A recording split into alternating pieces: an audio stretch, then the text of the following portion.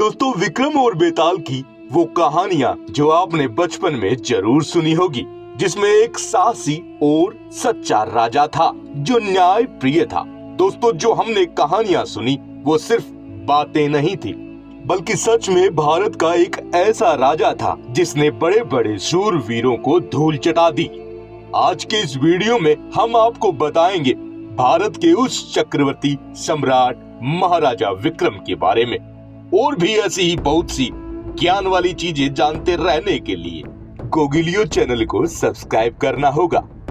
विक्रमादित्य का जन्म कब हुआ इसका अंदाजा आज तक किसी को नहीं है, लेकिन इतिहासकार बताते हैं कि राजा विक्रमादित्य का जन्म 102 बीसी में हुआ होगा। राजा विक्रम के पिता का नाम गंधर्वसेन था और विक्रम के दादा नाबोवाहन थे।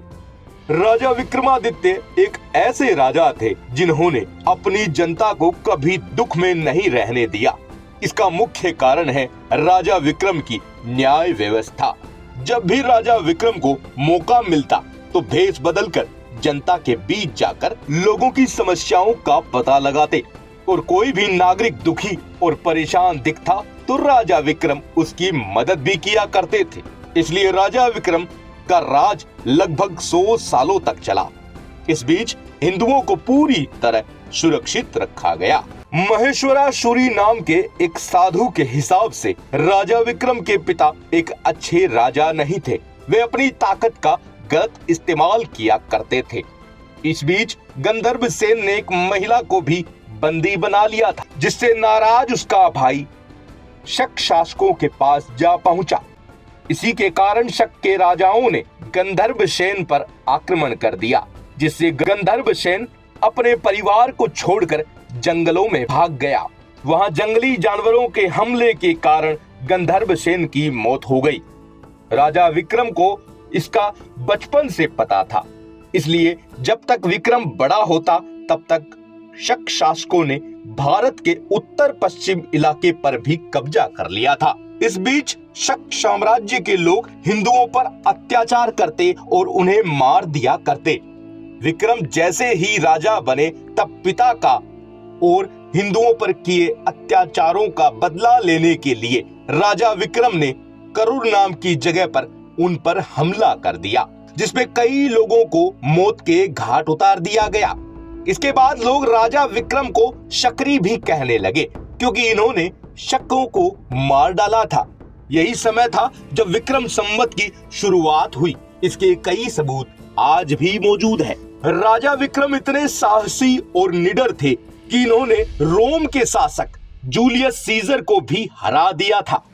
वो लोग ऐसा बताते हैं कि उस समय समुद्र की तरफ से सैनिकों की एक ऐसी आंधी आई जिसका अंदाजा किसी को भी नहीं था। कुछ ऐसी ही दंत कथाएं हैं जिसमें बताते हैं कि राजा विक्रम का संपर्क सीधे देवताओं से था।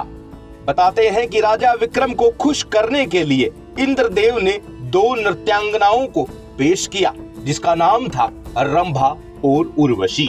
इंद्र ने पूछा कि किसका नृत्य राजा विक्रम को अच्छा लगा। तब राजा विक्रम ने न्याय के लिए उनको एक एक फूल दिया, और उन फूलों में थे जहरीले बिच्छू। फिर उन्हें नृत्य करने को कहा गया।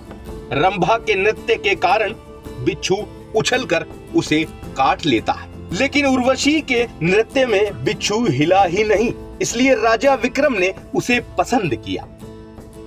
रामधारी सिंह दिनकर जैसे कवि ने विक्रम उर्वशी नाम की रचना की, जिसमें उनका प्रेम दर्शाया। राजा विक्रम की इस परीक्षा से इंद्रदेव खुश होकर राजा विक्रम को 32 बोलने वाली मूर्तियां भेंट करते हैं। इसके बाद सिंहासन 32 जैसी रचना हुई। बेताल 25 भी खूब चर्चित रही, जिसमें वेताल जैसे पिशाच ने राजा विक्रम से कई सवाल किए, जिसमें वो हमेशा विजयी रहे।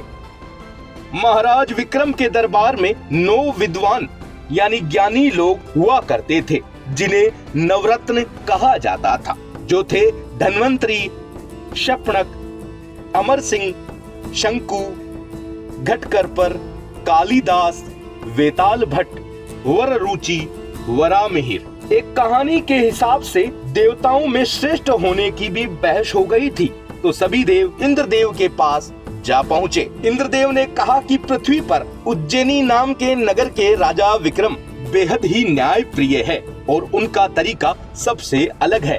आप सभी वहां जाएं और वहां जाने पर राजा विक्रम को पता चला तो सोने, चांदी, पीतल जैसे अनेक धातुओं के कई सिंहासन बनवाए गए। फिर सभी को बारी बारी से बैठने को कहा गया। फिर राजा विक्रम बोले, जो सबसे आगे वाली कतार में बैठे हैं वही ज्यादा श्रेष्ठ है।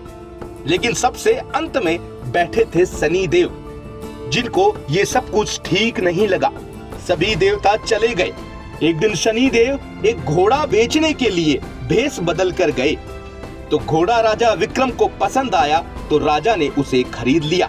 लेकिन जैसे ही राजा विक्रम उस पर सवार हुए तो घोड़ा बहुत तेजी से दौड़ा और एक सुनसान जंगल में ले जाकर उन्हें गिरा दिया। दोस्तों, ऐसी और भी बहुत सी कहानियां हैं जिससे महाराज विक्रमादित्य को न्याय प्रिय माना जा सकता है। आज की जानकारी में कुछ सत्य है और कुछ दंत कथाएं हैं। आप देख रहे हैं गोगिलियो। धन्यवाद।